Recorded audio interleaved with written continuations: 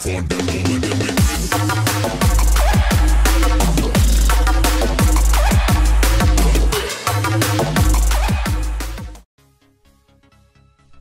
čaute všetky Fredky, ja som Pelikán a vítam vás z nového videa.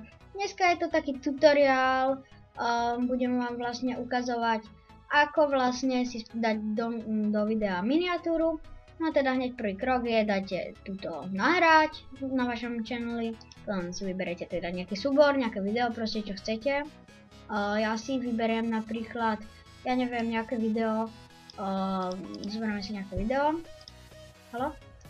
Dáme napríklad jeden Teslu, to je jedno čo, proste to sem dáte a počkajte, kým sa vám to tu vytotokuje a potom tuto máte, že vlastná miniatúra a sem si teda dáte obrázok. Takže to je vlastne všetko, čo k tomu treba, takže proste si normálne zverejníte video a tu by mám tu malo vybehnúť toto.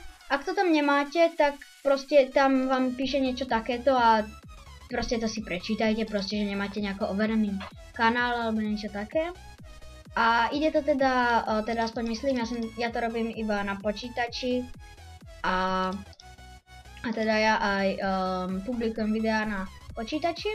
No a teraz poďme k tomu, ako si tú miniatúru spraviť, alebo nejaký obrázok. V čom to teda robím? Tak dáte si teda Canvu a potom si dáte Use Custom Dimensions. Tu sa vám vyhodia takéto okienka. Sem dáte vlastne rozmer obrázku, takže 1920 a 1080 pixelov, takže sem nedáte ani milimetrov, ani proste to druhé. Dáte Design, ono sa vám to takto krásne načíta. Dobre, už je to načítané, takže sem si môžete dať, čo hľadáte, teda obrázky alebo také. Toto ani neviem čo je.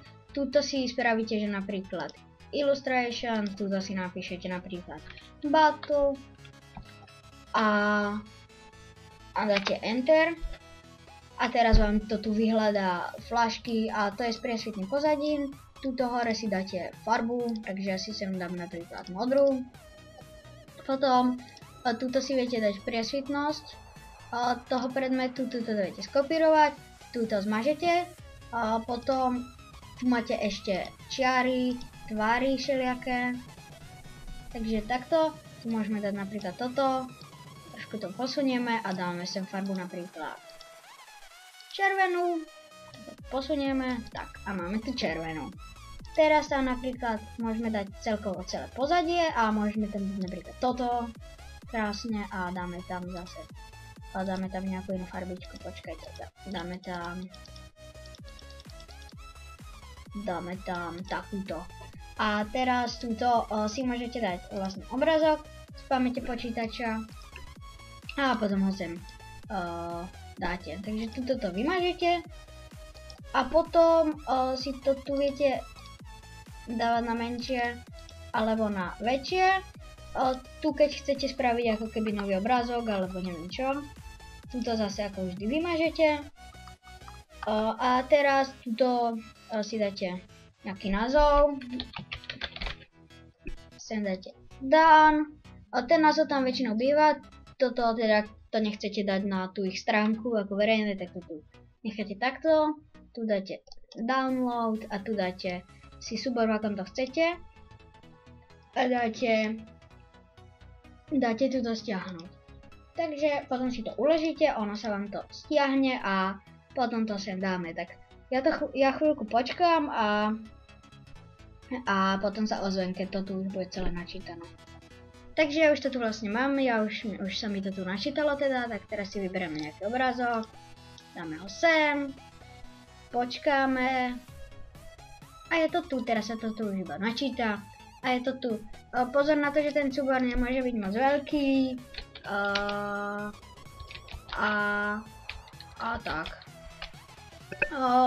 Takže toto je všetko, čo k tomu treba.